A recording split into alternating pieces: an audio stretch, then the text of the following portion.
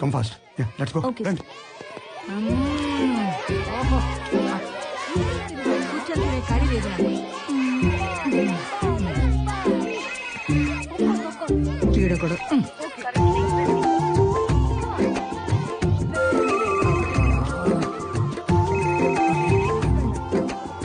రే switch ఆపే.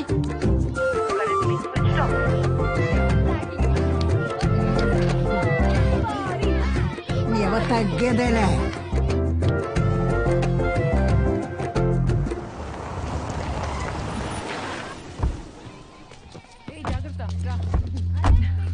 రే తొందరగా పదండిరా, బాబా వచ్చేస్తాడు. బామ్మ జాగ్రత్త.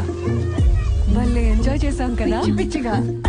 నెక్స్ట్ వీక్ సర్కస్ కి వెళ్దాం, ఆ తర్వాత వాటర్ వరల్డ్, ఆ తర్వాత will go for shopping. Okay మొత్తం తిరిగేద్దాం. I see you tomorrow.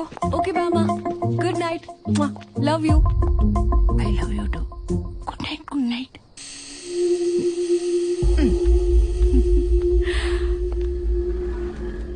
Hey hi.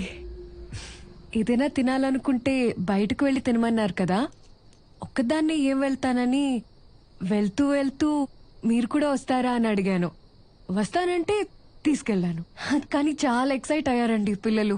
బామ్మ అయితే మరీను చిన్న పిల్లల కంటే ఎక్కువగా అల్లరి చేసింది. బామ్మని కొంచెం అప్పుడప్పుడు బయటికి తీసుకెళ్తూ ఉండండి. మాల్స్ లో లిఫ్ట్లు ఎక్స్కలేటర్లు చూసి అవి ఏంటి అని అడుగుతుంది. She's crazy. ఓకే సరే అండి, గుడ్ నైట్, బాయ్. ఆగండి అక్కడ. అసలు ఏం జరుగుతుంది ఇంట్లో? అరే ఎవరో పరిచయం లేని వ్యక్తి, కొత్త వ్యక్తి వచ్చి రండి బయటికి వెళ్దామంటే గొర్రెల్లాగా వెళ్ళిపోవడమేనా? కాదు గోవర్ధన్, ఆ పిల్ల పదే పదే బయటికి వెళ్దామని పిలుస్తుంటే మోమాటం కొద్దీ మేమందరం. మనం మోమాటానికే వెళ్తాం వదినా, బయట వాళ్ళు అలా అనుకోరు. ఇంకేమేం చెప్పి చచ్చారు దానికి చెప్పి సావు. లిఫ్ట్లో ఎస్కలేటర్లు చూసి ఎగిరి గంతులు వేస్తున్నావంట. అయినా వచ్చిన 2-3 రోజులకే అంత క్లోజ్ అయిపోవాల్సిన అవసరం ఏముంది ఆ పిల్లకి? ఇలానే మాయ మాటలు చెప్పి దగ్గర అవుతారు, ఆ తర్వాత మనకు గొడవలు పెడతారు.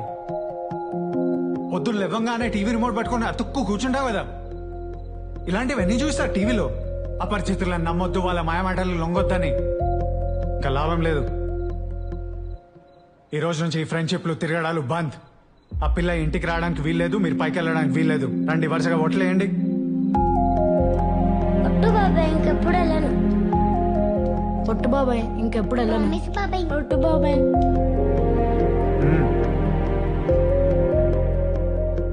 పొట్టు వెళ్ళండి పడుకోండి. ఇంకా